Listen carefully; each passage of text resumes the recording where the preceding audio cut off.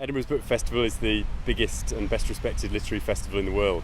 Every year we have more than 200,000 visitors to this site in Charlotte Square Gardens, coming to listen to events involving something like 800 authors. Over the years we've worked with the University of Edinburgh very closely, many years. And the cornerstone of our relationship, I suppose, is the James Tait Black Prize, which is the world's oldest literary prize. We're very proud of that. But I think having Edinburgh University as a partner allows us to stretch ourselves, because it allows us to look into areas which might otherwise appear to be sort of arcane areas of academic study, and to bring them out into the open and to realise just how much academic study has an impact on everyday life.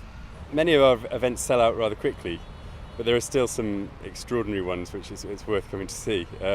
One of my favourites, which unfortunately is sold out already, is an independence debate, which is chaired by Kirsty Walk and featuring some major thinkers from Scotland. One of the key things that we worked on with Charlie Jeffrey and others from the University of Edinburgh is this notion that the book festival can be a place for debate where politicians' voices are not necessarily the only voices we hear. So this is a debate which we're describing as a voice of the people debate, and we hope that some politicians will come along and listen. I'm really excited about a couple of events that Professor Ian Deary is chairing.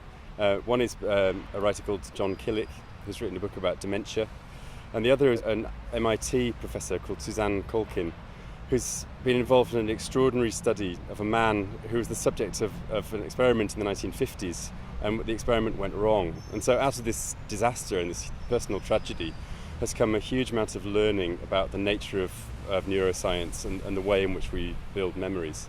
And so I think Ian Deary brings his own knowledge of cognitive sciences to what I think will be an absolutely extraordinary discussion. The book festival and the festivals more generally couldn't happen without Edinburgh University. And I think Edinburgh's university would be very different without the festival. So it's really a symbiotic relationship. There's a dialogue between the two.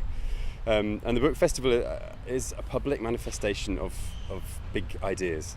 And in that sense, it's both a way for people to learn, and it's also a kind of public forum for democracy of the type that is quite rare these days. And so I think that relationship between the university and the book festival is absolutely fundamental to the book festival's success.